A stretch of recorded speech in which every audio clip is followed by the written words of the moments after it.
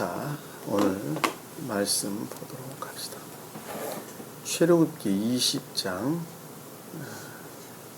12절 할 차례죠. 12절, 13절 두 절만 보도록 하겠습니다. 영은자매님입니다. 또박또박하게 읽으십시오. 너는 내 아비와 내 어미를 공경하라. 그리하면 주 너희 하나님께서 내게 준 땅 위에서 내 날들이 길 것이라. 너는 살인하지 말지니라. 아멘. 자, 우리가 전 시간에 배웠던 걸 잠깐 정리를 해보도록 하겠습니다. 나를 사랑하고 내 계명을 지키는 자는, 그렇죠? 나를 사랑한다. 자, 사랑에 속한 선 가운데 있는 자. 사랑에 속한 선 가운데 있다라고 말을 하는 것은 주님께서 우리에게 생명을 허락하셨죠. 무엇으로부터? 진리의 가르침으로부터 주님께 속한 것들을 우리에게 먹여주셨습니다. 생명에 속한 것들을 우리에게 먹여주셨습니다. 그리고 마시게 하셨고 먹이게 하셨습니다. 성경에서 먹다는 말의 뜻이나 마시다라는 말의 뜻은, 먹다는 것은 선의 임무를 가리키는 말씀의 뜻입니다. 마시다라고 하는 것은 진리의 임무를 가리키는 말씀의 뜻입니다. 그래서 진리로부터 선을 먹였죠. 그래서 죽어있는 생명이 주님께 속한 생명의 상태로 바뀐 것입니다. 주님께 속한 생명의 상태를 바뀐 것을 거듭난 자다, 중생한 자다. 여기서 지금 7일째 되는 날 또는 안식일, 곧 평화의 상태를 일컫는 말씀의 뜻입니다. 그래서 너희 안에 있는 아들이나 딸들이나 여종이나 가축이나 남종이나 문 안에 있는 타국인들이나 어떤 일을 시켜서도 안 된다라는 말씀의 뜻이 곧 평화의 상태를 가리킨다, 이렇게 설명을 드렸죠. 내적으로나 외적으로 주님께 속한 자를 일컫는 말씀의 뜻입니다. 그것을 아래에서는 천대에 이르러 복을 베풀겠다, 이 말로 우리에게 설명해 주고 있는데, 그 천대에 이르러 복을 베푼다라는 말씀의 뜻이 사랑과 지혜로 충만한 상태, 곧 영생에 관한 구원, 영원한 구원을 일컫는 말씀의 뜻이죠. 그래서 안 그랬어요? 자, 그랬죠. 그래서 사랑으로 충만한 상태의 영원한 구원, 영생을 일컫는 말씀의 뜻입니다. 그것을 천대에 이르러 복을 베푼다, 이 말로 우리에게 지금 설명해 주고 있는 것입니다. 그 전 시간에 배웠던 것들을 그렇게 요약해 볼 수가 있습니다. 자, 그러면 거듭난 자는 주님께서 그 사랑으로부터 진리의 빛을 준 이외의 모든 것들에게, 영적으로나 자연적으로나 이 모든 것들에게 무조건적으로 베풀었죠. 그랬죠? 그러니까 우리 인간들은, 죽어있는 인간들이 생명을 가졌고, 그리고 자연적인 식물들 또는 광물들, 또 동물들, 할 것 없이 우주, 이 모든 것들은 그들의 질서에 의해서 생명을 갖고 있다는 것을 우리는 명확하게 알 수가 있단 말입니다. 누구로부터요? 주님으로부터 생명을 갖고 있는 것입니다. 그것을 다른 말로 창조됐다, 이렇게 설명을 드렸죠. 그래서 그것의 본질은 곧 사랑이다, 이렇게 설명을 드리는 것입니다. 그래서 그 사랑을 본질로 담고 있는 그것들이 주님의 지혜대로 창조된 이 모든 것들은 주님의 질서대로 바뀐 거예요. 인간 또한 주님의 질서 가운데 놓이게 된 거예요. 그랬죠? 그 자가 거듭난 자다, 이렇게 이야기를 하는 것입니다. 아시겠죠? 주님의 질서에 일치한 상태로 바뀐 것을 가리키는 말씀의 뜻입니다. 그러니까 주님께서 무조건적으로 영적으로나 자연적으로 이 모든 것들에게 선을 행했듯이, 사랑을 베풀었듯이 중생한 자라 한다면 작은 주님으로서, 내가 주님이란 말 아니에요. 작은 주님을 담는 그릇으로서 똑같이 주님이 담겨져 있다 한다면, 똑같이 주님께서 신령 진리의 빛을 비췄듯이 또한 그 진리의 빛을 비춰야 되겠죠. 그렇죠? 그 진리의 빛을 비치는 것을 가리켜서 다른 말로 선에서 비롯된 진리를 행한다, 진리의 행함을 가리키는 말씀의 뜻입니다. 그러니까 주님께서 주님 이외의 모든 것들에게 그 진리, 신령, 진리, 빛, 진리, 비추어서 생명을 주었듯이 우리가 중생한 자라 한다면 나 또한 주님에 속한 생명으로부터 나 이외의 모든 사람들에게 어떻게 된다고요? 진리, 빛을 비추는 것. 그것을 이웃사랑 그러는 거예요. 그것이 곧 이웃사랑이에요. 그럼 이웃사랑의 궁극적인 것은 곧 뭐예요? 궁극적인 것은 이웃사랑의 궁극적인 것은 멸망하여 지옥에 떨어질 영혼을 주님의 질서에 일치하도록 바꾸어주는 도구로서 내가 쓰여지는 것. 그것이 가장 높은 궤도의 이웃사랑이다. 이렇게 이야기를 하는 것입니다. 다른 말로 이 진리를 모르는 자들에게 이 진리를 가르치기 위해서 내가 사는 것. 내가 숨쉬는 것까지도 앉으나 쓰나 숨쉬나 잠을 자나 할 것 없이 이 모든 것들을 그것을 위해 쓰여지는 삶을 사는 것. 그 자가 중생한 자고 가장 높은 뜻의 이웃사랑 가운데 있다. 그러는 것입니다.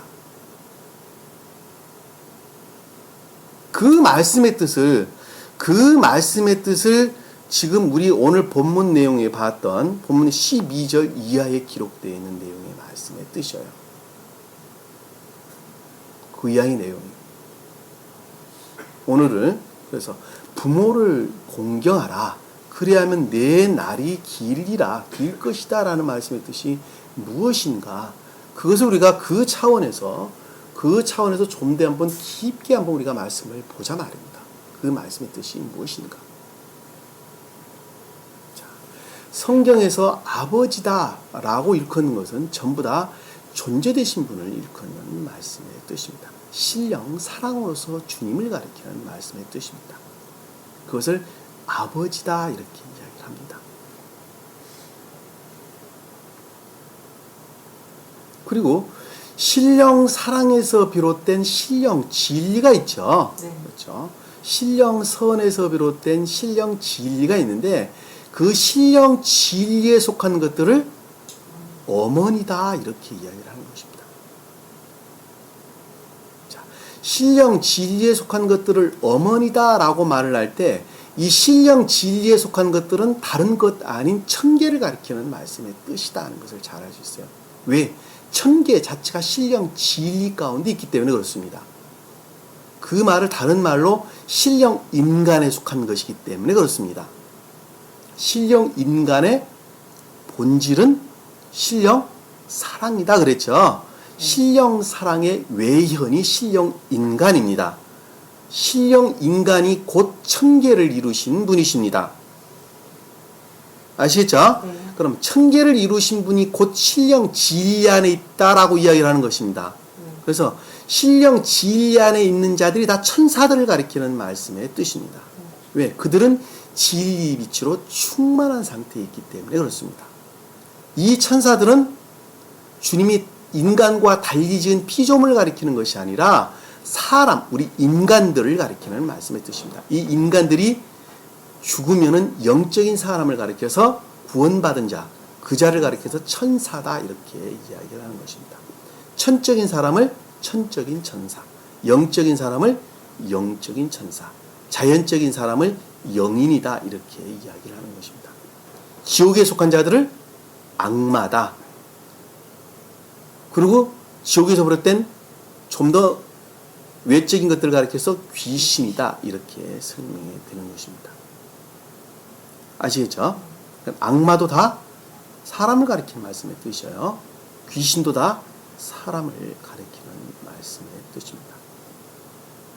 그러니까 여기서 지금 아버지, 부모를 공경하라, 아버지와 어머니를 공경하라 라는 말씀의 뜻은, 공경한다는 말씀의 뜻이 신령 사랑, 선에 대해서 공경하고 천계에 관해서 공경하라는 것이 말씀의 뜻이죠. 그렇죠. 다시 말씀드리면 이 말을 풀어서 설명하면 이 공경한다는 말은 영광스럽게 하고 명예스럽게 해라 이 뜻이에요.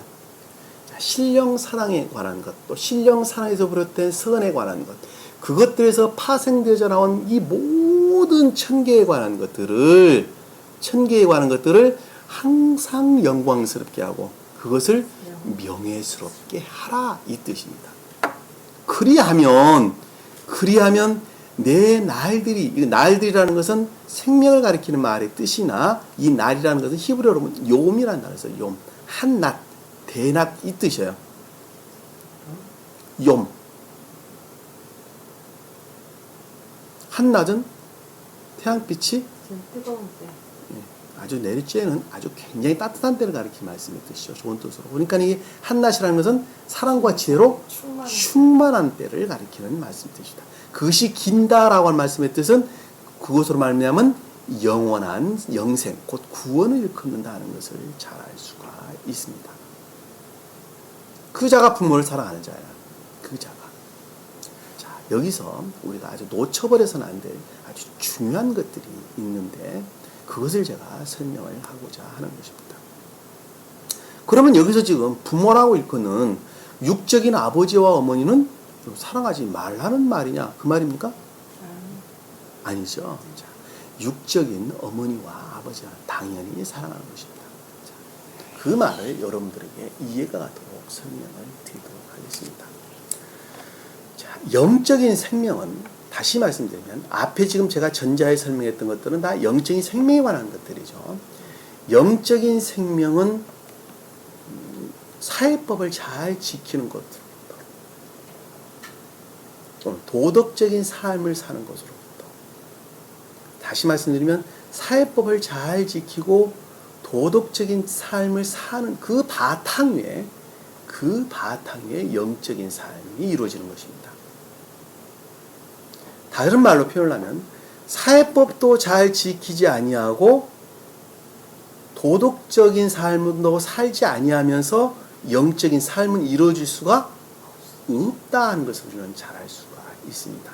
그것은 마치 건물을 짓는데 밑에 토목공사 땅을 달 다지고 기초를 달 다져서 그 위에다가 건물을 짓는 거라고 똑같습니다.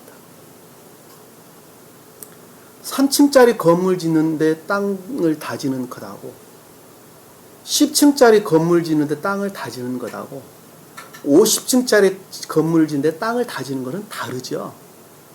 그 말을 다른 말로 설명을 하면 자연적인 삶, 곧 사회법을 잘 지키는 것, 그리고 도덕적인 삶을 사는 것, 더 깊은 사회적으로 법을 잘 지키면 지키는 것만큼 도덕적인 삶을 살면 사는 것만큼 영적인 삶은 더 내적으로 더 충만해진다는 것을 우리는 잘 알 수가 있습니다. 그것이 곧 질서입니다. 질서입니다. 그러면 이웃사랑이라고 하는 것은 궁극적으로 어디에 비롯되는 것이냐? 곧 우리 자연적인 삶 그 자체에서 비롯되는 것입니다. 자연적인 삶. 그것들 다시 말씀드리면 사회법 또는 시민법이라고 일컫는 것들이 잘 지켜지고 그리고 도덕적인 삶을 잘 사는 자, 도덕적이면 도덕적인 것만큼 더 잘 사는 사람이 훨씬 더 영적으로 주님께 속한 충만한 상태에 이르른다 하는 것 또한 불변의 진리입니다. 그건 말고의 진리입니다.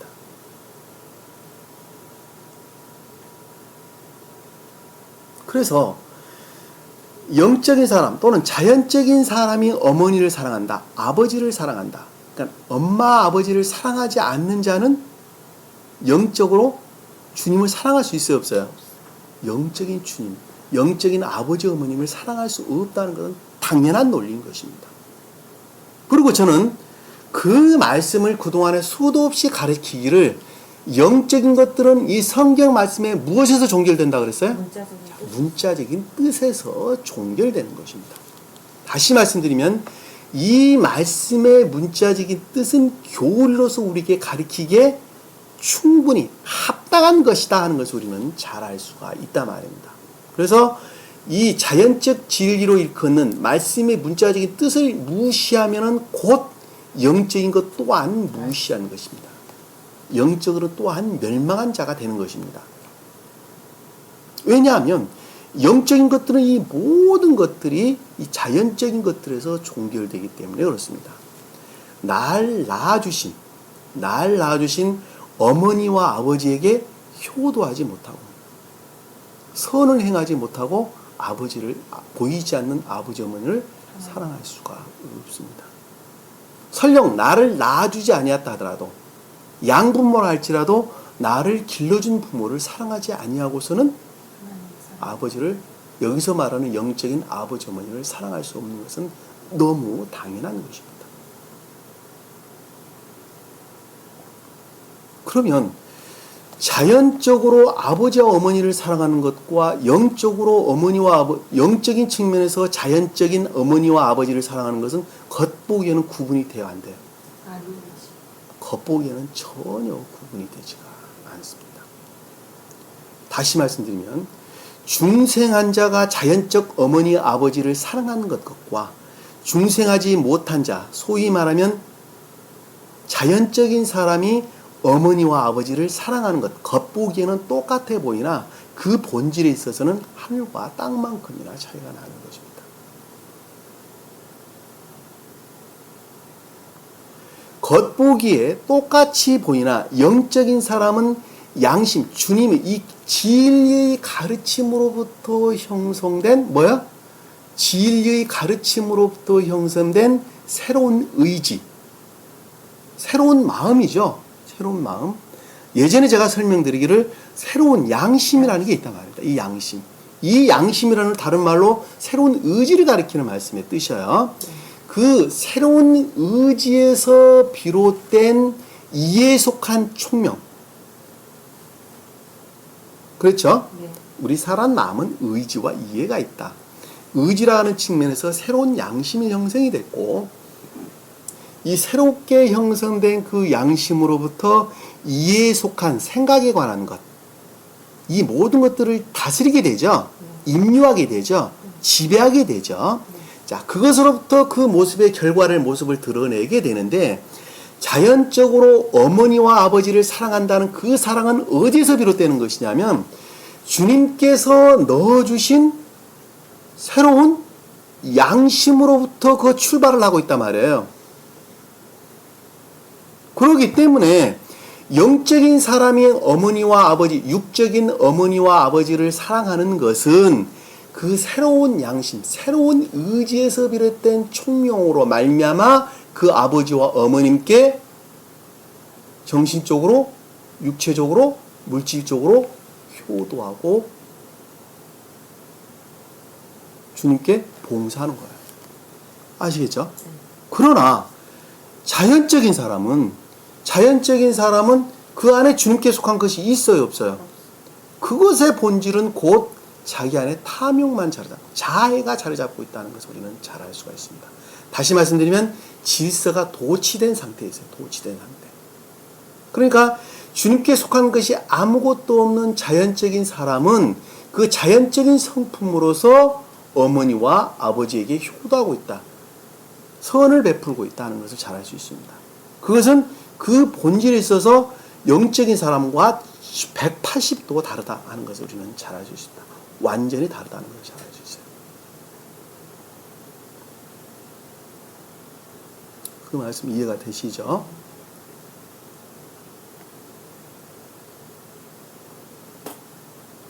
성경에서는 그분들 구원받은 자 아버지와 어머니는 곧 주님을 가리킨다 하는 것을 우리에게 곳곳에서 우리에게 설명해 주고 있는 것인데, 그 말씀을 우리가 한번 성경에서 찾아보도록 하겠습니다. 곧 여기서 아버지와 어머님은 곧 주님을 가리키는 말씀의 뜻이요, 구원받은 자가 아버지와 어머님을 공경한다, 경외한다 하는 것은 영광스럽게 하고 명예롭게 하는 것인데, 그것이 곧 선에 관한 것 또는 진리에 관한 것을 말씀하는 것이다. 또는 그것에 파생된 이 모든 것들을 일컫는 말씀의 뜻이다. 그리고 육적인 부모와 어머님을 당연히 공경하는 것은 당연한 것이다. 그것은 건물, 질 짓기 위해서 토대를 다지는 것과 똑같은 것이다 하는 것을 우리는 잘 볼 수가 있습니다. 그래서 우리가 성경 말씀을 통해서 여기서 말하는 부모라고 하는 것은 육적인 부모를 일컫는 것이 아니라 영적인 부모, 영적인 선과 진리, 곧 천계를 가리키는 말씀이다 하는 것을 우리가 한번 찾아보도록 하겠습니다. 그분은 곧 예수 그리스도, 그분을 지칭한다는 것을 우리는 잘 알 수가 있습니다. 이사야서 한번 찾아볼게요. 이사야서 9장 6절 한번 보도록 합시다. 이사야서 9장 6절.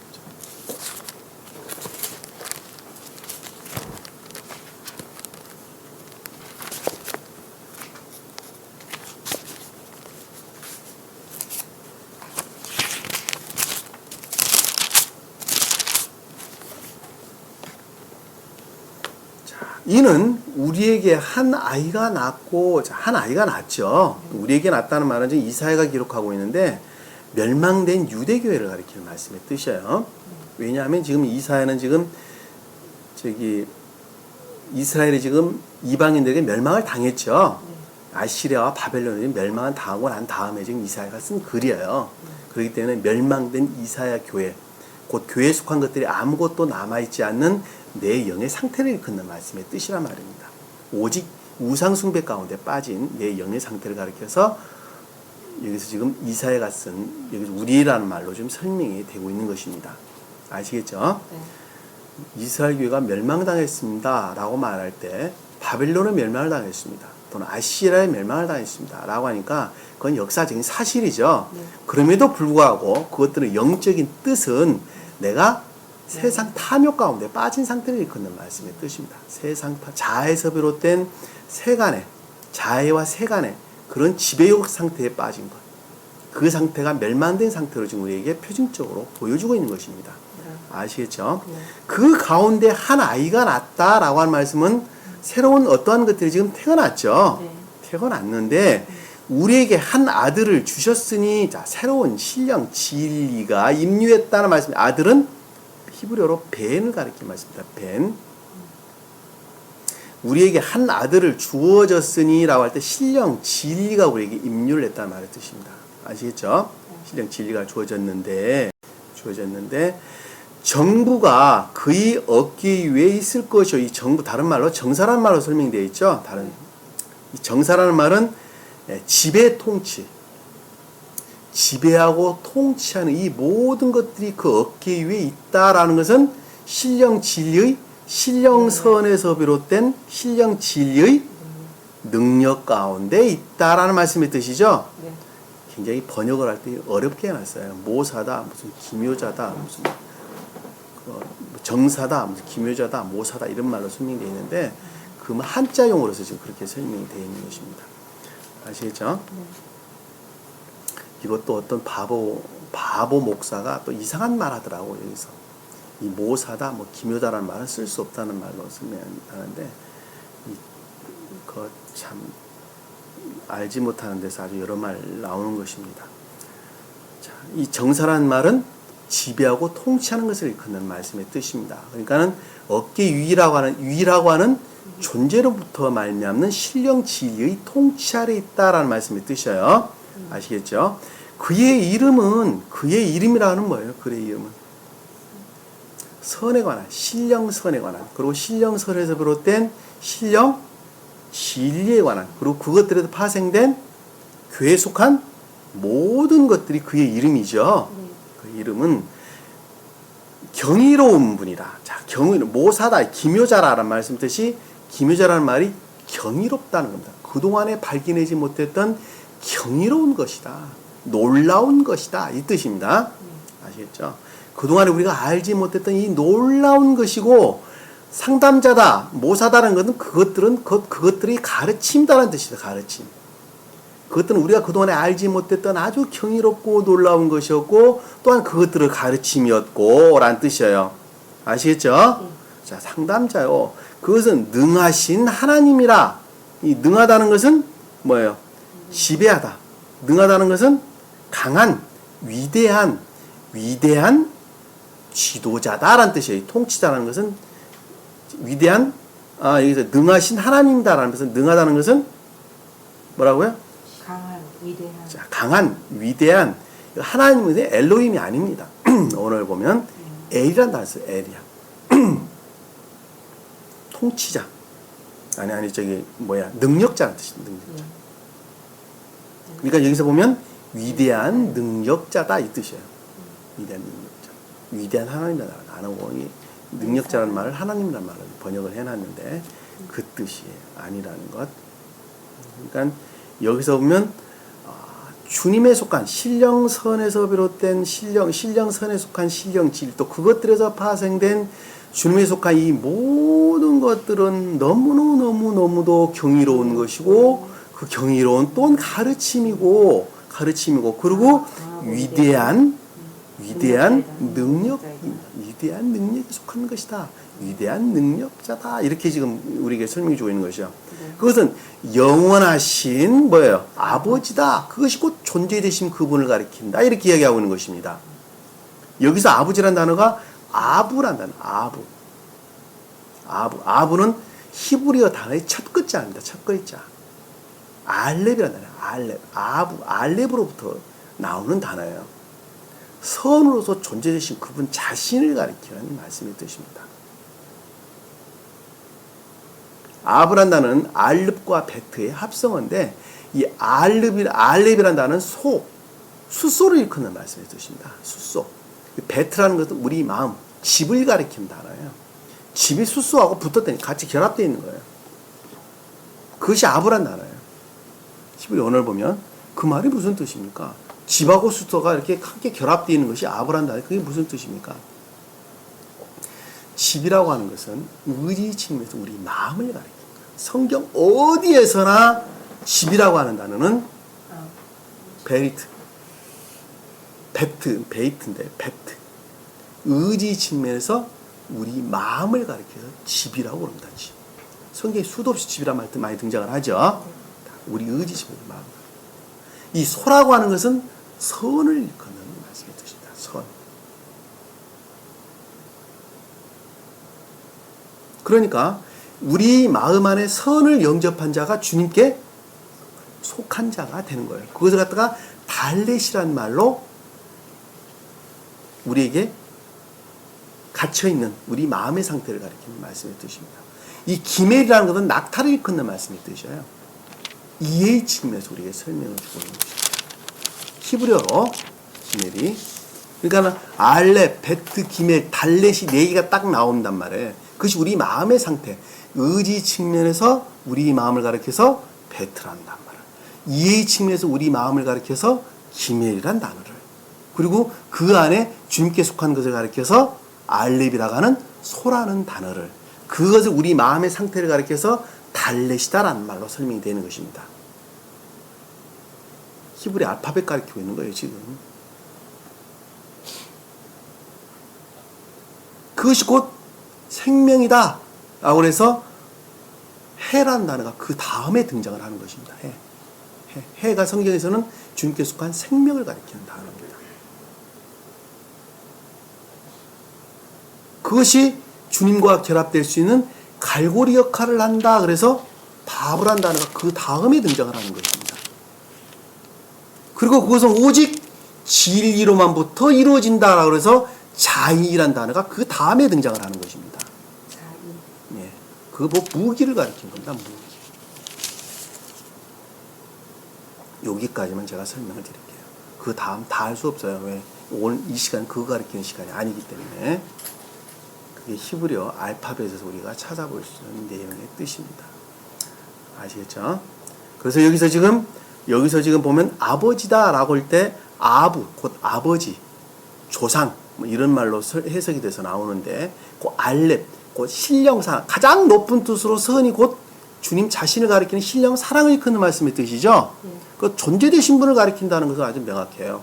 내 안에 들어와 있는 것은 곧 선이지만 우리 겉사람, 우리 인간 안에 들어와 있는, 다시 말씀드리면 주님을 담는 그릇으로서, 신령 사랑을 담는 그릇으로서 나는 선 안에 있죠. 그렇죠? 그리고 가장 높은 뜻으로는 신령 사랑, 그 존재되신 분을 일컫는다는 것을 잘 알 수 있어요. 그러니까 여기서 지금 아이로 일컫는 예수 그리스도, 그분이 곧 누구예요? 존재되신 분이라는 것을 잘 알 수 있어요. 그것이 곧 아버지라는 말로 설명되어 나오는데, 여기서 지금 우리 십계명에서 아버지와 어머니를 공경하라고 말할 때 그 아버지와 같은 거예요. 같은 거. 그러니까 예수 그리스도 그분을 공경하라는 뜻이에요. 그분을 공경하라. 그분을 영광스럽게 하고 그분을 명예스럽게 하라, 이 뜻입니다. 다시 말씀드리면 신령선에 관한 것, 또는 신령 진리에 관한 것, 또 그것들에 파생된 이 모든 것들을 영광스럽게 하고 명예스럽게 하라. 그 뜻입니다. 그것들은 궁극적으로 우리 자연적인 삶에서 종결되는 것입니다. 왜? 천계의 가장 궁극적인 외적인 바운더리아는 이 세상을 가리키는 것이기 때문에 그렇습니다. 아시겠죠? 네. 그 말 이해를 하셔야 됩니다. 자, 하신 아버지라 화평의 통치자라 불릴 것이다. 이 화평이라는 것은 평화, 샬롬 같은 샬롬. 그것이 곧 평화라는 뜻이에요. 그 가운데 있는 자, 그와 같은 상태에 있는 자가 곧 화평, 평화 가운데 있는 자입니다. 평화 가운데 있는 자입니다. 그리고 이 통치자라는 것은 그분으로부터 모든 것들이 다스리고 통치하고 지도한다 이 뜻입니다.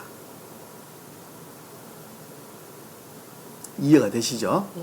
자, 천계에 속한 이 모든 것들이 그러니까 아버지와 어머니를 공경한다고 하는 그 공경하는 것, 영광스럽게 하고 명예스럽게 하는 것은 신령선과 또는 신령진리와 또 그것들에서 비롯된 이 모든 것들을 영광스럽게 하고 명예스럽게 하는 것인데 그것이 곧 자연적인 것들에서 종결되는 아버지 어머니를 사랑하는 것은 당연하죠. 당연합니다. 그러나 이 자연적인 뜻에서 아버지와 어머니를 사랑한다는 그 말씀의 뜻은 먼저는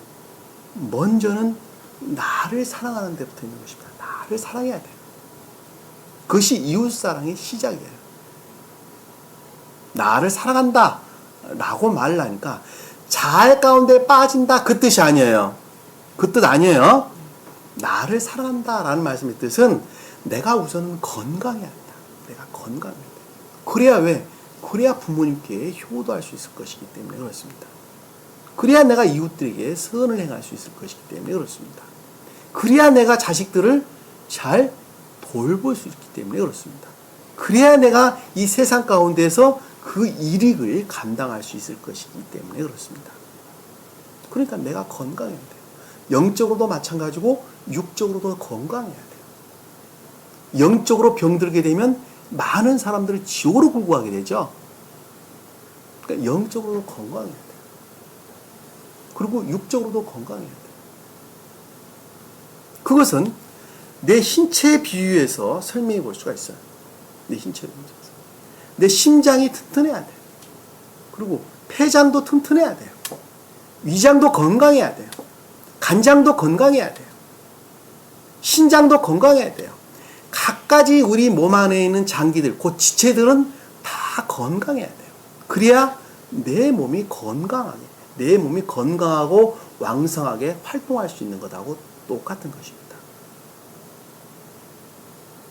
그런데 그것이 건강하지 못하다라고 말하는 것은 이미 탐욕이 그 자리에 가운데 하는 것으로부터 그 자는 건강하지 못하다는 것을 우리는 잘 알 수 있어요. 반대로 말하면 그렇게 되는 거예요. 예를 들면 위장에 기름기가 많이 끼면 위의 역할을 제대로 할 수 있어요, 없어요? 없어요. 다른 자들에게, 다른 장기들에게 피해를 당연히 주는 것이죠. 심장도 똑같죠. 폐장도 똑같죠. 폐장이 병들면은 자기뿐만이 죽는 것이 아니라 그것으로 말미암아 많은 장기들에게 피해를 주는 것이죠. 그것을 암덩어리다 그러는 거예요. 암은 도와줘야 될 대상이 아니라 반드시 도려내야 될 대상입니다. 반드시 재건해야 될 대상입니다. 그러니까 이웃을 사랑한다고 말하는 그 사랑은 무조건적 선행이에요, 아니에요? 구별된 선이에요. 이웃들에게 선을 행하는 것은 구별된 선을 행하는 것입니다. 다른 말로 주님께 속한 자에게 선을 행하는 것을 구별된 선행 그러는 것입니다. 악한 자에게 돕는 것은 우리 몸의 암덩어리에게 영양분을 공급하는 것하고 똑같습니다. 그 자를 돕는 것은 곧 사회를 망가뜨리는 역할을 하게 되는 것입니다. 게으른 자 도와야 돼요, 말아야 돼요? 절대 도와줬으면 안 되는 것입니다. 게으른 자는 일할 수 있도록 도와줘야 돼요. 네가 이 일을 하면 내가 이렇게 주겠다라고 해야 되는 것입니다.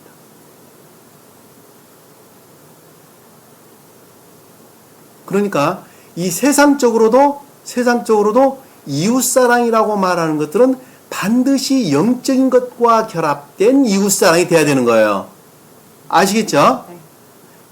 영적인 것과 결합되지 않는 이웃사랑은 곧 안 하는 것이 돕는 것입니다.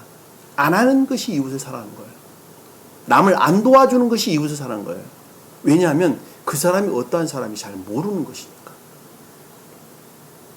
강도에게 칼을 쥐어주는 것은 강도짓하라는 것하고 똑같은 것이죠. 도둑질하는 자에게 등불을 주는 것은 도둑질 잘하라고 하는 것하고 똑같은 것이죠. 다른 말로 물질로 이웃을 돕는 것은 극히 자제해야 합니다. 그건 나라가 해야 해요. 나라가 해야 해요. 물질로 이웃을 돕는 것은 지극히 자제해야 됩니다.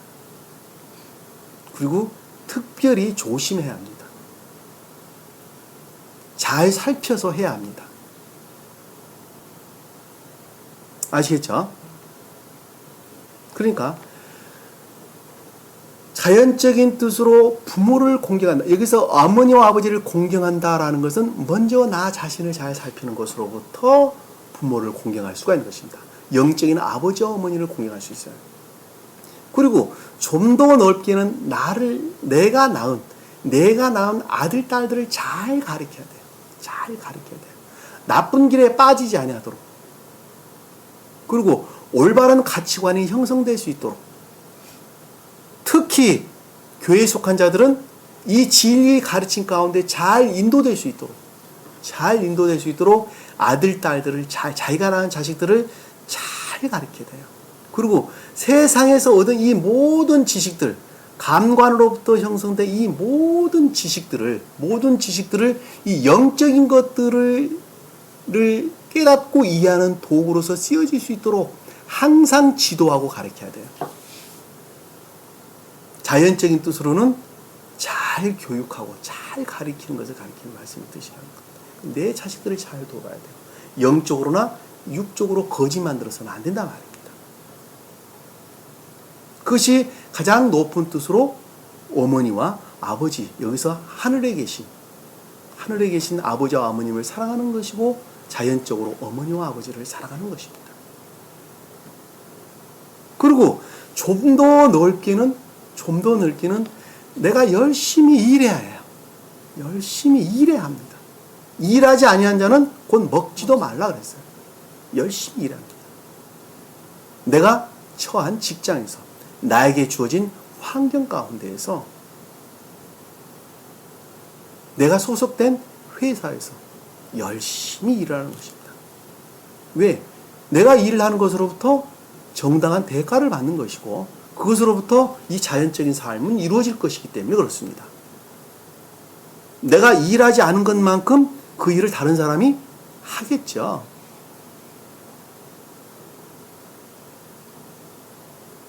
이 모든 것들은 본질적으로 법을 잘 지키는 거예요. 법을 잘 지키는 것들 위해 이루어지는 것입니다. 내가 직장생활 열심히 하는 것도 법을 잘 지키는 것으로부터 이루어지는 거예요. 직장에서 열심히 일해야 돼. 내가 사업장에서 열심히 일해야 돼. 그리고 그보다 좀 더 높은 뜻으로는 나라를 사랑해야 돼. 나라를 사랑하는 거예요. 왜?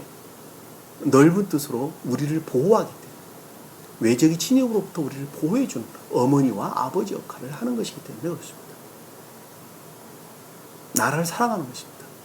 그래서 여러분들은 반드시 투표에 참여해야 돼요. 우리가 투표를 참여 안 하는 것만큼 정치인들은 사악한 이리떼들이 되는 것입니다. 우리가 정치에 적극적으로, 투표에 적극적으로 참여하는 것만큼 그들은 국민들을 무서워할 것입니다. 그리고 절대로 나쁜 짓 하지 않을 것입니다. 데모하지 마세요. 어느 개그맨 말 따나 대학생들이 투표에 70% 이상만 참여를 하게 되면 등록금 반값은 말 안 해도 내려간다고 그러죠. 그건 옳은 말이에요. 옳은 말입니다. 대학생들이 이번에 대통령 선거에서 만약에 70%, 80%만 나오면은 등록금 안 내고 대학 다 다닐 수 있어요. 고생 안 하고 다 대학 다닐 수 있어요. 쓸데없는데 돈 쓰는 거 다 가리키는데 투자할 수 있어요. 정부에서.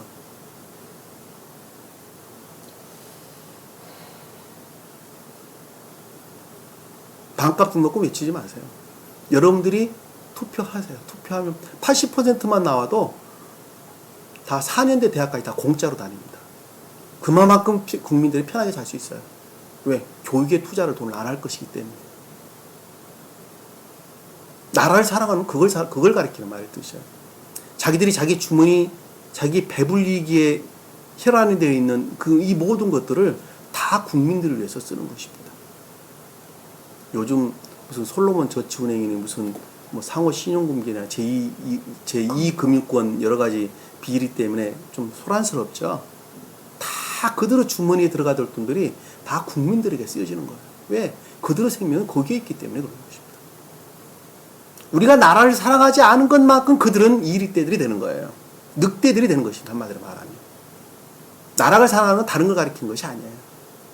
법을 잘 지키는 것 위에 그리고 도덕적인 삶 사는 것, 그것도 물론 나라를 사랑하는 것이지만 정치에 적극적으로 우리가 투표에 참여해서 우리 의사를 반영하는 것, 그것만큼 나라를 사랑하는 것 또한 없습니다. 그것들, 그와 같은 것들 바탕 위에 영적인 삶이 이루어지는 것입니다. 나 하나 나가는 사람은 그 위에서 영적인 삶이 이루어지는 거예요. 그것마저도 제대로 하지 못하고 어떻게 주님을 우러른다고 말할 수가 있겠습니까? 절대 주님을 우러를 수가 없어요. 그것은 기초가 튼튼하지 못한 모래 위에다가 집을 지은 자와 똑같은 것입니다. 주님께서 복음서에 가르침 주는 것입니다. 아시겠죠? 그 이웃사랑이라는 개념은 바로 그런 것입니다. 그 말씀의 뜻들이 지금 우리 십계명 이하에 살인하지 말라, 간음하지 말라, 도둑질하지 말라 쭉 나와 있는 거예요. 다른 걸 가르치는 말씀이 아니에요. 자, 또 말씀을 한번 찾아보도록 합니다. 마태복음 한번 볼게요. 마태복음 24장.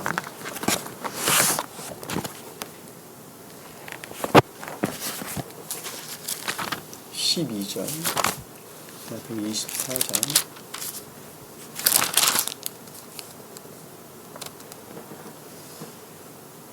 12장, 마태복음 24장이 아니라 12장 47절에서 50절까지 12장 47절 50절 마태복음 12장 제가 보도록 할게요. 그때 한 사람이 주께 말씀드리기를 보소서 당신의 모친과 형제들이 당신과 이야기하려고 밖에 서 있나이다 라고 하니 주께서 그 말을 한 사람에게 대답하여 말씀하시기를 누가 내 모친이며 누가 내 형제들이냐라고 하시고 그의 제자들을 향하여 자기 손을 내밀어 말씀하시기를 나의 모친과 나의 형제들을 보라. 누구든지 하늘에 계신 내 아버지 뜻대로 행하는 그 사람이 나의 형제요 아버지요 자매요 모친이라고 하십니다. 자, 여기 보면 40절 보니까 그때에 한 사람이 주께 말씀하시기를 당신의 모친과 형제들이 당신과 이야기하려고 밖에 서 있나이다 라고 말할 때 여기서는 지금 자연적인 엄마와 형제를 지금 이야기하고 있죠. 그랬더니 주님께서 자연적인 형제와 이 양반은 지금 그때 어떤 한 사람의 측면에서 자연적인 즉 형제와 모친과 어머니죠. 그러나 이게 영적인 측면에서 주님께서 우리에게 어머니와 형제라는 말을 설명해 주기를 뭐라고 했어요? 제자들을 향해서 자기 손을 내밀어라. 여기서 주님은 신령 인성으로서 주님이라 그랬죠.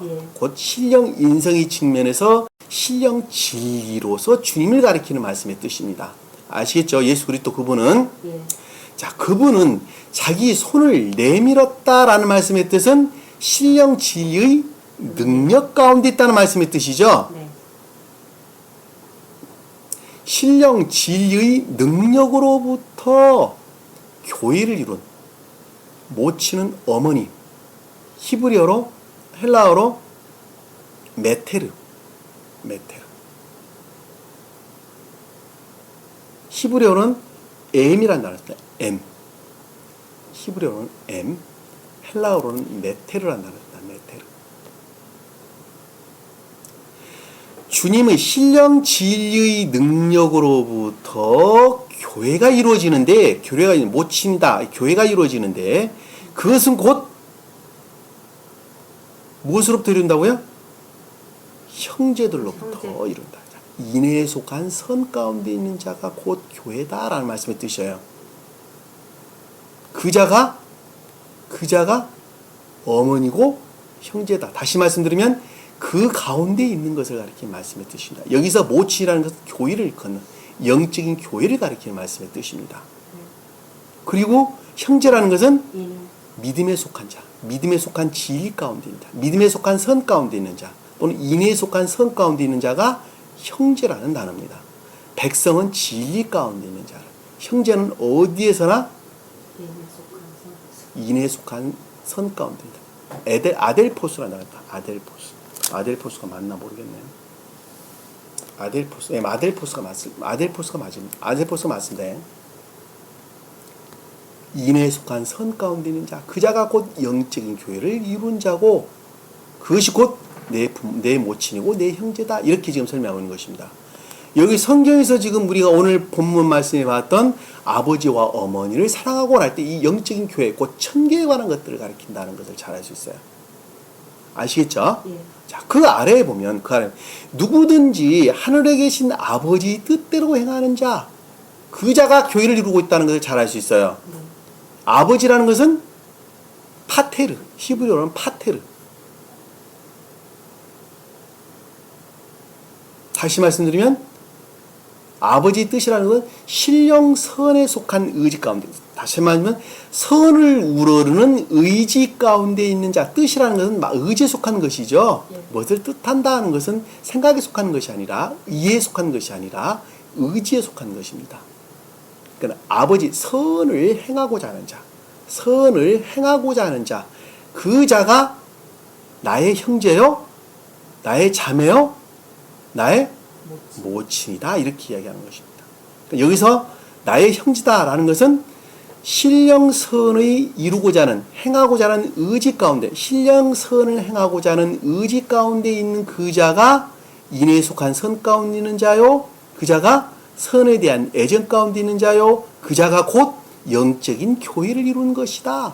그것이 곧 천계에 속한 것이다. 그것이 곧 신령 진리 안에 있는 것이다. 그것이 곧 구원받은 자다. 그것이 곧 신령 인간 안에 있는 자다. 라는 말씀의 뜻이에요. 이해가 되시죠? 예. 무슨 말씀인지? 예. 여기 지금 문자적인 뜻으로만 보면 주님께서는 아주 어머니, 아버지, 자식도 무시하는 아주 불효자죠. 그 뜻이 아니라는 거예요. 아시겠죠? 그러니까 우리가 문자적인 뜻하고는 많은 거리가 있다는 것을 잘 알 수 있어요.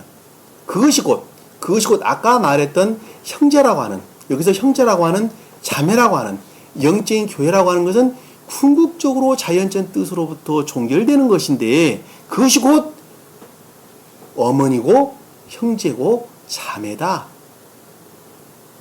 그것이 곧 어머니를 사랑하는 자고 형제를 사랑하는 자고 자매를 사랑하는 자다라는 것을 잘 알 수 있어요. 아시겠죠? 자연적인 형제 자매를 사랑하는 것을 가리키는 말씀의 뜻이 아니라는 것. 그리고 그들을 사랑하는 것도 또한 영적인 의미에서 우리에게 가르침을 주고 있다는 것을 잘 알 수 있어요. 다른 말로 지옥에 떨어질 영혼들을 천계로 인도하는 것이 가장 높은 뜻의 이웃사랑이라는 것. 이것은 형제를 사랑하는 것이고 자매를 사랑하는 것이고 어머니를 사랑하는 것이다 하는 것 또한 잘 알 수 있단 말입니다. 이해가 되시죠? 자, 또 하나 보도록 할게요. 요한복음 19장.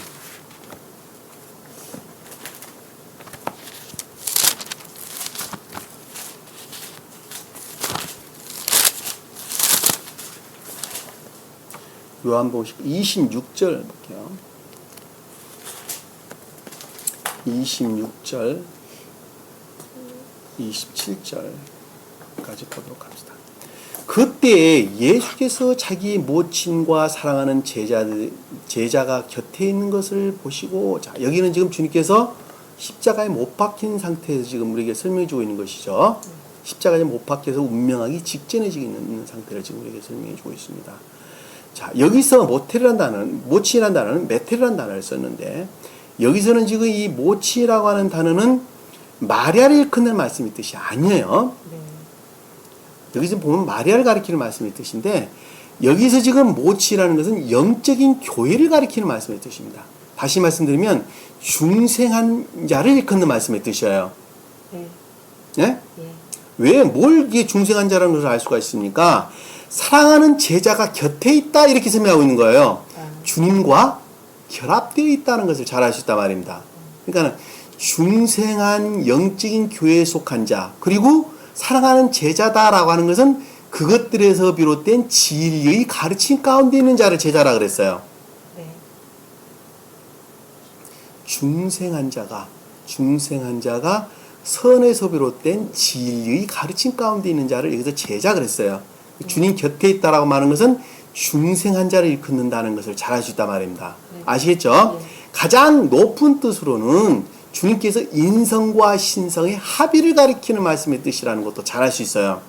네. 가장 깊은 뜻에는 천적인 교회를 이루고 있는 상태를 가리킨다는 것을 잘 알 수 있어요. 네. 아시겠죠? 네. 자, 표준적인 뜻으로는 아까 영적인 교회에 관한 구원받은 중생한 자를 일컫는 말씀의 뜻이라는 것. 그리고 가장 깊은 천적인 뜻으로는 주님의 인성과 신성의 합일, 곧 천적인 교회를 가리키는 말씀의 뜻이라는 것도 잘 알 수 있어요. 아시겠죠? 예. 자, 곁에 서 있는 것을 보시고 그 말씀 여러분 이해가 되세요? 네. 그동안에 여러분들이 창세기 내용을 쭉 공부를 잘하고 오셨으면 그 말의 뜻이 무엇인가 하는 것을 잘 알 수 있어요. 그러나 요 부분만 딱 가지고 여러분들이 설교를 듣게 되면 그 말 도대체 무슨 말이냐 나 잘 모르겠다. 이해가 잘 안 갈 것입니다. 그러니까 처음부터 공부하세요. 처음부터 차근차근 공부를 하세요. 그러면 그 말의 뜻이 무엇인가 잘 알 수 있습니다. 보시고 자기 모친에게 말씀하시기를 여인이여, 여기서 여인이란 말로 이름이 바뀌었는데 이 여인은 장성한 여자를 가리키는 말씀의 뜻입니다. 귀내라는 단어로 바뀌었어요. 장성했다라는 것은 온전한 영적인 교회가 됐다라는 말씀의 뜻이죠. 네. 당신들의 아들을 보소서. 이 보소서는 감탄사예요. 무슨 생각하고 지각하라 그 뜻이 아니라 당신들의 아들을 한번 바라봐라. 얼마나 마음이 뿌듯하냐 이 뜻이란 말입니다. 네. 아시겠죠? 네. 당신들의 아들이라는 것은 신령 선에서 비롯된 중생한 자가 선에서 비롯된 그것들에서 비롯된 진리에 관한 것들 또 진리에서 파생된 이 모든 것들을 지금 당신의 아들을 보소서 그랬단 말이에요. 그것이 곧 주님 자신을 가리키지 않느냐. 자, 보소서 라고 설명을 했죠. 그랬죠? 네. 자, 27절 보니까 또 그 제자들에게 말씀하시기를 내 어머니를 보라 이렇게 설명했어요. 자, 진리로부터 온전히 영적인 교회를 이룬 것에 대한 깊은 마음에서 우러난 고백이죠. 지금 보라는 것은 영어에서는 see라고 하는 보다, 눈으로 보다 이 말로 지금 설명이 되어 있는데 이 말은 보도 내면적인 것들을 우리에게 지금 설명해 주는 것입니다. 이해가 되시죠? 네. 사물을 보는 것을 가리키는 것이 아니라 좀 더 내면적인 것들을 우리에게 지금 가르침을 주고 있다는 걸 알 수 있어요. 그 시로부터 보라 하시더라. 그 시로부터 시는 시간을 가리키는 상태를 가리키는 말씀의 뜻이죠. 네. 그와 같은 상태로부터 그 제자가 영적인 교회에 속한 자들, 구원받는 중생한 자들, 다시 말씀드리면 선으로부터 진리 안에 있는 자들, 진리의 가르침 가운데 있는 자들, 그렇죠? 네. 그 제자가 그 여인을 자기 집으로 모시고 가더라. 여기서 그 제자가 그 여인이란 말은 여기서 여인을 귀인을 가리킨다는 게 아니라 아우토스 주님 자신을 가리킨 말씀의 뜻입니다. 다시 말씀드리면 신령선과 신령선에서 비롯된 신령 진리와 그와 같은 것들에서 파생된 이 모든 것들을 여기서 여인이란 말로 번역을 좀 해놨어요. 여기서는 아시겠죠? 네. 그 제자가 주님 자신을 모시고 어디로 갔다고요? 집에 취하니라. 의지에 속한 의지와 결합이 됐느니라. 모시고 갔다는 말은 람바노, 취하다, 가지다 이런 뜻이에요. 손아귀에 진 것을 가리키는 말씀의 뜻입니다. 그러니까 그의 제자가 주님께 속한 이 모든 것들을 영접하여 내 마음 가운데 취했다. 그 뜻이에요. 아시겠죠? 네. 이 말씀 해석하면 그 뜻이에요. 그러니까 성경에서 어머니로 일컫는 것은 청계에 관한 것을 가리킨다는 것을 명확하게 우리가 이해할 수가 있습니다. 아시겠죠? 이 문자적인 뜻하고는 거리가 많이 있죠. 여기 이 말씀은 다른 말로 설명을 하면 제가 아까 설명을 드렸습니다마는 가장 깊은 뜻에서 인성과 신성의 합일 곧 천적인 교회의 완성을 그리고 그것의 표준적인 뜻으로 영적인 교회의 완성을 가리키는 말씀의 뜻입니다. 그리고 다른 말로는 종전교회의 멸망과 새로운 교회의 시작을 일컫는 말씀의 뜻입니다. 네 가지 뜻을 담고 있는 거예요. 왜 종전교회의 시작을 멸망과 새로운 교회의 시작을 가리킵니까? 그 앞절에 보면 그 말에 대해서 나와요.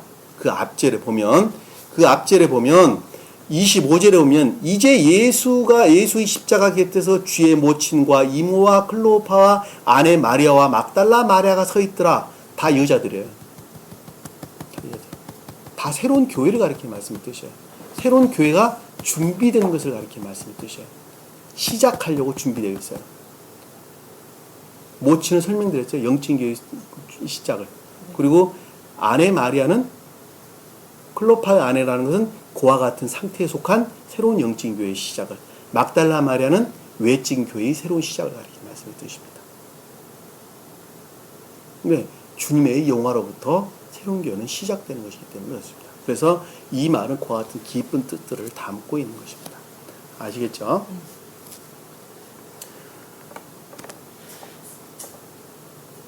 그 다음에 우리 13절에 살인하지 말라 이렇게 설명이 되어 있는데, 살인하지 말라는 것은 곧 다른 말로 설명하면 무슨 뜻이에요? 선을 모독하는 행위죠. 선을 모독하는 것. 또는 진리를 모독하는 것. 다른 말로는 주님께 속한 것을, 주님께 속한 이 모든 것들을 모독하는 행위를 살인하는 것이다. 이렇게 이야기를 하는 것입니다. 가장 깊은 뜻으로는 삶으로부터 악을 우러르는 것이 주님을 모독하는 것입니다.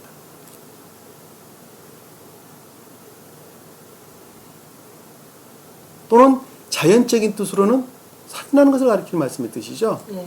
그리고 영적인 뜻으로는 아주 각양으로 우리가 살펴볼 수가 있는데, 주님을 우러르는 거룩한 예배로부터 어떻게 해요? 멀어지게 하는 거예요.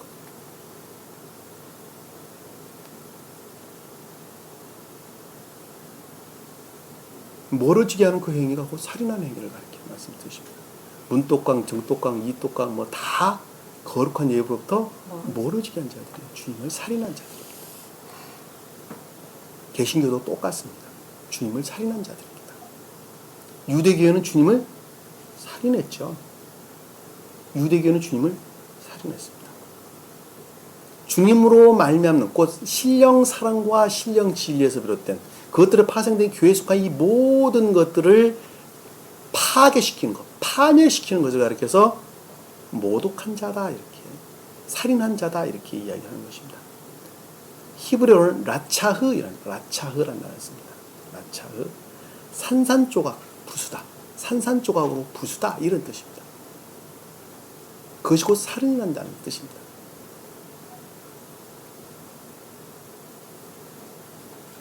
그러니까 우리 주님을 모독한다는 것은 중생한 자가, 가장 우리가 경계해야 될 것이, 중생한 자가 세상을 우러르게 되면 그것으로부터 주님은 모독당한다는 것을 우리가 잘 알 수 있어요.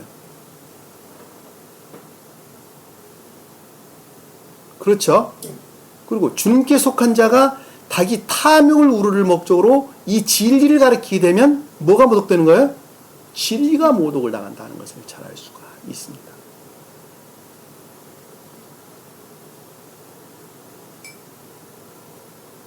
그들은 그들 탐욕으로부터 아까 제가 처음에 잠깐 설명을 드렸던 것처럼 거룩한 예배로부터 늘 분리시키게 되죠.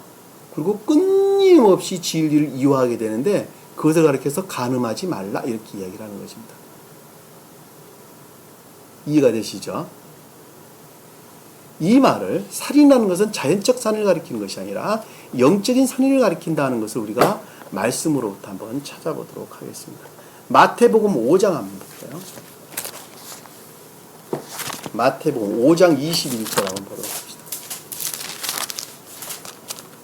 5장 21절. 너희는 옛 사람들이 말했던 바 너는 살인하지 말지니라 살인하는 자는 누구든지 심판의 위험에 처하게 될 것이라고 하는 것을 들었으나 여기서 지금 보면 너희는 옛 사람들이라고 말할 때 이거 옛 것들을 가리키는 가장 본질적으로는 십계명의 가르침을, 좀 더 넓은 뜻으로는 모세 오경의 가르침을, 그보다 좀 더 넓게 의미로는 일반적인 성경 말씀의 가르침을 일컫는 말씀의 뜻입니다. 아시겠죠? 예. 그것은 그게 지금 가리키고 있는 바 너는 살인하지 말지니니 이렇게. 그리고 살인한 자는 누구든지 심판의 위험에 처할 것이라는 것은 그것으로부터 반드시 멸망을 당할 것이라는 말씀의 뜻이죠. 예. 근데 주님께서는 그보다 훨씬 더 높은 것을 우리에게 요구해 주는데 내가 너희에게 말하노니 까닭 없이라는 말씀의 뜻은 무슨 뜻이에요? 이유 없이라 그 뜻이 아니라 탐욕, 정욕, 자애로부터 선에 관한 것들을 굴복시켜 가치 없이 여기면 뜻이에요. 헛되이 하면 뜻이에요. 원어를 보면 네. 아시겠죠? 에이케라는 단어, 히브리어로 보면 헬라어로 보면 에이케라는 단어를 쓰는데 자애로부터 교회에 속한 것들을 굴복시켜 헛되이 여기는 자, 그 자가 여기서 까닭 없이란 단어예요. 까닭 없이란 단어. 자기 형제에게 노하는 자는 이란 단어. 자기 형제를 노했다라는 것은 믿음에 속한 선이나 인에 속한 선에 대해서 놓았단 말이에요. 증오하거나 미워하는 것. 증오하거나 미워하는 것. 그 자가 살인자라는 뜻이에요. 그 자가 살인자. 다시 말씀드리면 교회에 속한 것들을 증오하고 미워하는 자. 그 자가 형제들에게 노했다라는 뜻이에요. 누구든지 심판의 위험에 처하게 될 것이며 그것으로부터 멸망할 것이며 형제에게 나가라고 하는 자는 형제에게 나가다라는 말씀의 뜻은 그것을 가치없다 또는 무익하다 라고 욕되게 하는 것을 가리키는 말씀의 뜻입니다. 이 라카란 단어는 그 단어예요. 히브리어에서 유래된 단어인데 레크란 단어도 유래됩니다. 레크. 히브리어로 보면 라가라고 하는 단어는 뭐라고요? 가치없다 또는 무익하다라고 욕을 해야 되는 것. 욕설을 해야 되는 것. 그것을 가리켜서 라가라는 자는 공의의 위험에 처할 것이며 어리석은 자라 하는 자는 누구나 지옥의 불의 위험에 처하게 될 것이다. 이 공의의 위험에 그리고 어리석은 자라 되어 그 다음에 지옥 불의 위험에 처한다는 것은 공의라는 것은 거짓 가운데 빠지게 된다. 이 공의라는 것은 신뢰들이요. 사내들이 나가는 유대교의 최고회의를 일컫는 말씀의 뜻입니다. 의견 하나로 모으는 최고회. 어떤 교리에 관한 것들, 율법에 관한 것들을 의결하는 최고의 의결기관입니다. 그것을 여기서 공의란 말로 설명되어 있어요. 근데 진리 측면에서 완전히 멸망당하고 선의 측면에서 어리석은 자라고 일컫는 선의 측면에서 멸망을 당하여 지옥불에 든다. 그들의 탐욕으로 말미암아 멸망하게 될 것이다. 이렇게 설명하는 거예요. 어떤 자들이 인에 속한 선 가운데 있는 것, 인에 속한 선에 관한 것, 또는 믿음에 속한 진리에 관한 것, 또 천계에 관한 것, 주님에 관한 것들을 자기 자애로부터 굴복시켜서 어떻게 한다고요? 헛되이 여기거나 그리고 그것을 가치 없는 것이다 또는 무익한 것이다 라고 욕을 하는 자들은 반드시 멸망할 것이고 그것으로부터 악 가운데 빠지고 거짓 가운데 빠져 그들의 탐욕으로부터 멸망할 것이다. 요지는 그 말이에요. 그 말씀이에요 지금. 그러므로 너희가 만일 내가 예물을 제단에 드리다가 라고 하는 것은 예물을 제단에 드리다는 것은 말씀을 알는 지식들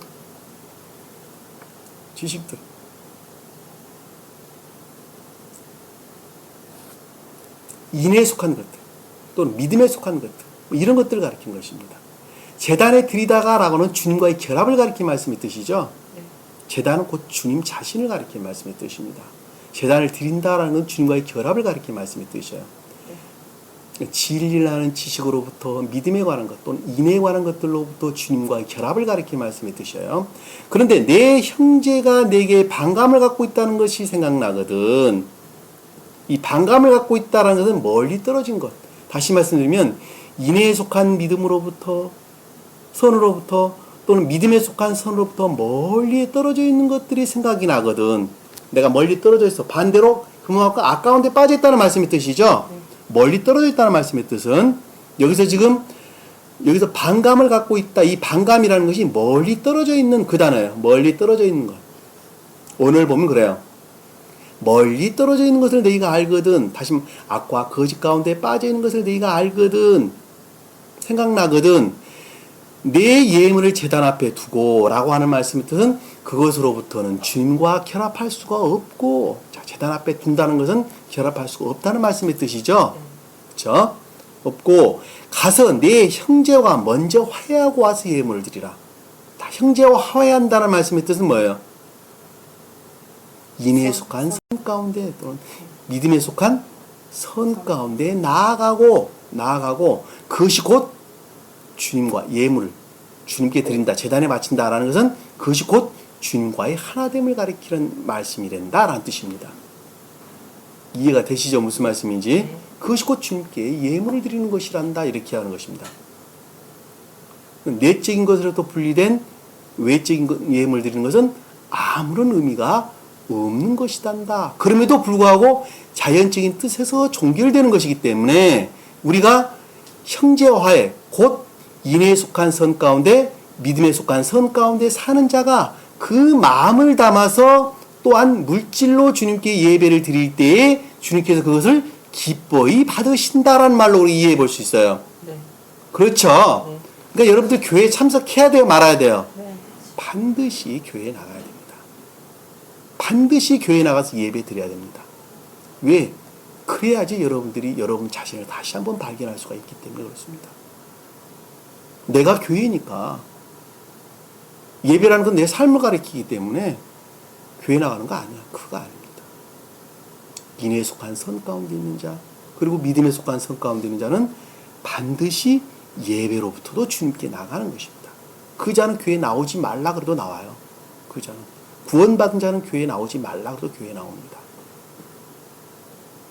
그렇지 못한 자는 내가 교회니까 교회 안 나간다고 생각한다고 합니다. 얼마나 잘못된 오류 가운데 빠지게 되는 것인가 하는 것을 우리가 잘 알 수가 있습니다. 한 장 더 찾아볼게요. 23장, 마태복음 23장.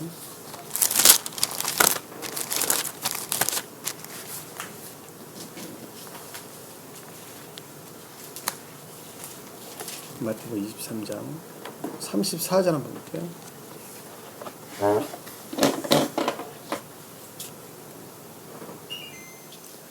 (23장 34절) 보라, 이때에 내가 선지자들과 지혜 있는 자들과 서기관들을 너에게 보내노라. 자, 여기는 지금 바리새인과 유대인들에 대해서 주님께서 말씀하고 있는 것입니다.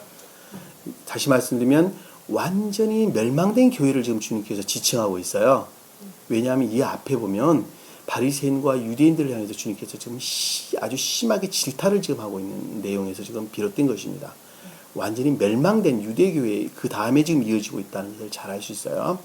여기서 지금 주님께서 뭐라고 이야기하고 있냐면 선지자들도 보내고 지혜도 보내고 서기관들을 너에게 보내겠다라는 말씀의 뜻은 여기 선지자들은 프로페테스, 가르침을, 지혜는 소피죠, 총명, 가르침으로 말미암아 천계를 깨달을 수 있는 총명을, 그리고 서기관들을 너에게 보내겠다라고 말할 때 이 서기관들은 기록하다, 새기다 라고 하는 것은 마음에 속한, 의지에 속한 생명을 가리키는 말씀의 뜻입니다.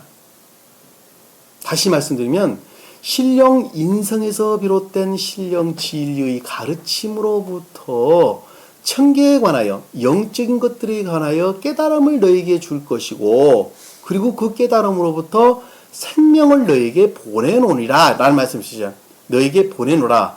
그래야면 너희가 그 중에 더러는 죽이고 십자가에 못 박고 더러는 회당에서 책짓질하고 성읍에서 저 성읍으로 쫓겨다니며 박해하리라 라는 말씀의 뜻은 그와 같은 교회에 속한 이 모든 것들이 어떻게 됐다고요? 파괴됐다는 말씀입니다. 파괴됐다.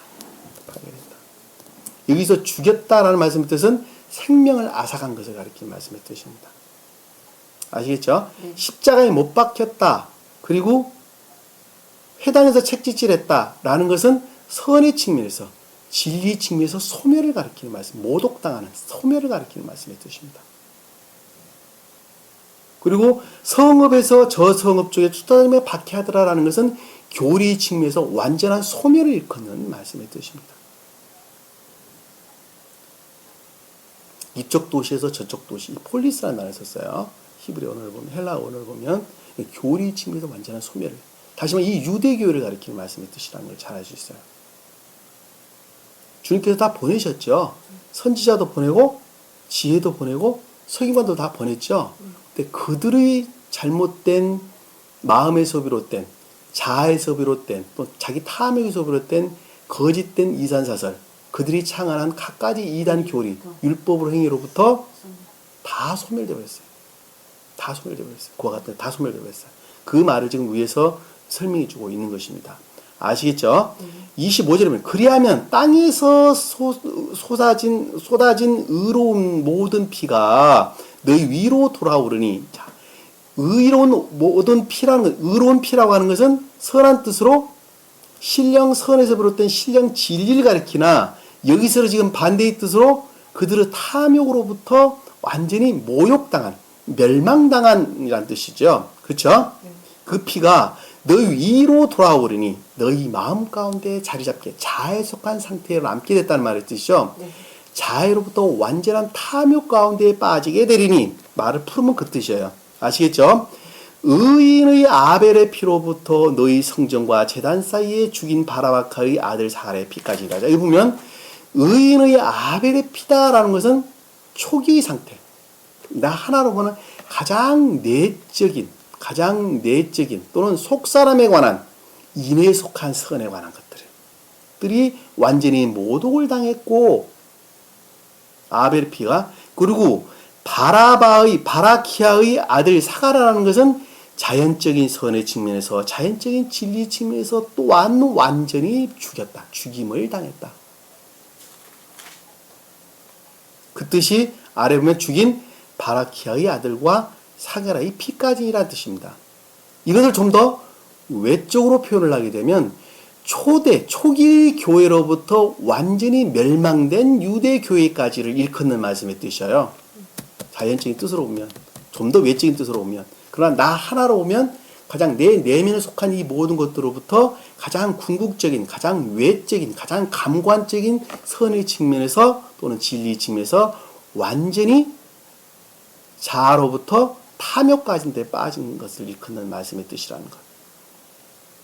그 말을 갖다가 앞에서는 뭐라고 설명을 했냐면, 그 바로 보니까 성전과 제단 사이에라는 말 설명됐어요. 여기서 성전은 영적인 선의 측면에서, 제단은 천적인 선의 측면에서, 또는 성전은 외적인 선의 측면에서, 또는 제단은 내적인 선의 측면에서, 또 다른 말로는 속사람의 측면에서, 겉사람의 측면에서, 겉사람에 속한 선의 측면에서, 속사람에 속한 선의 측면에서 완전히 멸망당한 상태를 지금 너희 피까지니라, 사가랴의 피까지니라, 이렇게 지금 설명해 주는 것입니다. 아시겠죠? 예. 진실로 내가 너에게 말하노니 이 모든 것들이 이 세대의 이 말이라. 자, 유대교의 종말의 상태를 우리에게 가르쳐주고 있다는 것을 잘 알 수 있습니다. 아시겠죠? 자, 여기서부터 새로운 교회가, 새로운 기독교회가 시작되는 것을 저는 잘 알 수 있습니다. 아시겠죠? 이거 이외에도 우리가 아주 아주 많은 것들을 찾아볼 수가 있습니다. 그래서 여기서는 지금 죽였다라는 것은 선이 모독되고 진리가 모독되는 것을 일컫는다는 것을 잘 알 수 있습니다. 이 자연적인 죽음을 가리키는 말씀, 살인행위를 가리키는 것은 당연한 거지만, 그보다 훨씬 더 깊은 영적인 뜻을 담고 있다는 것을 우리는 잘 알 수가 있습니다. 그래서 우리 새로운 교회에 속한 자들은, 특히 중생한 자들은 그럴 리도 없을 것이지만 내 자아의 속성들이 늘 내 마음 안에 남아있단 말이에요. 왜? 잔재되어 있어요. 왜? 우리는 주님께 속한 것들이 덧입고 있기 때문에 그러는 것입니다. 소멸되는 것이 아니라 덧입고 있어요. 우리 인간 고유의 속성들은 그대로 남아있어요. 그리고 그 이외에 새로운 생명으로는 덧입고 있어요. 그러니까 우리 인간의 고유에 속한 생명들이 시시때때로 불쑥불쑥 나오죠. 그런 것들을 끊임없이 짓눌러야 돼요. 무엇으로부터? 주님에 속한 이 진리로부터 짓누르는 것입니다. 그리고 온전한 상태에 있는 자가 평화의 상태에 있다라는 걸 우리 잘 알 수 있습니다. 그 자가 곧 중생한 자라는 것. 그리고 악을 행하는 것만큼 주님께서는 모독을 당하신다는 것. 자연적인 모독도 똑같은 것입니다. 명심을 하시고 내가 얼마만큼 이 진리 가운데 주님을 우러는 가운데 있는 자들은 이 삶이라는 측면에서 한마디로 말하면 경건하게 살아야 하는 것인가, 청결하게 살아야 되는 것인가 하는 것을 다시 한번 마음속에 깊이 각인을 하시고 법을 잘 지키는 것으로 극진한 도덕적인 삶을 사는 것으로 그 위에 영적인 삶이 이루어지는 것이고 그 영적인 삶으로부터 다시 도덕적이고 시민법적인 삶을 우리가 살 수 있다는 것을 우리는 잘 알 수 있습니다. 그 자가 주님을 온전히 우르는 자고 살인하지 아니한 자다는 것을 잘 알 수가 있습니다. 아시겠죠? 오늘 주신 말씀 마음속에 깊이 간직하시고 한 주간 더 승리하는 저와 여러분들을 간절히 축원합니다. 사랑의 주님, 오늘도 주님께서 저에게 귀한 말씀 주셨습니다. 이제는 주의 생명이 제 가운데 있게 늘 삶으로부터 경건한 삶을 살 수 있도록 축복해 주시옵소서. 그래야 온전히 주님을 우러러 나가는 제 모습이 될 수 있도록 은혜를 풀어 주시옵소서. 남은 시간도 주께서 함께 열심히 싸우며 예수님 이름으로 기도드립니다. 주 기도합니다. 하늘에 계신 우리 아버지, 이름이 거룩히 여김을 받으시오며 나라의 마옵시며 뜻이 하늘에서 이룬 것 같이 땅에서도 이루어지리라. 오늘날 우리에게 일용할 양식을 주옵시고 우리가 우리에게 죄진 자를 사하여 준 것 같이 우리 죄를 사하여 주옵시고 우리를 시험에 들게 하지 마옵시고 다만 악에서 구하옵소서. 나라와 권세와 영광이 아버지께 영원히 쌓옵나이다.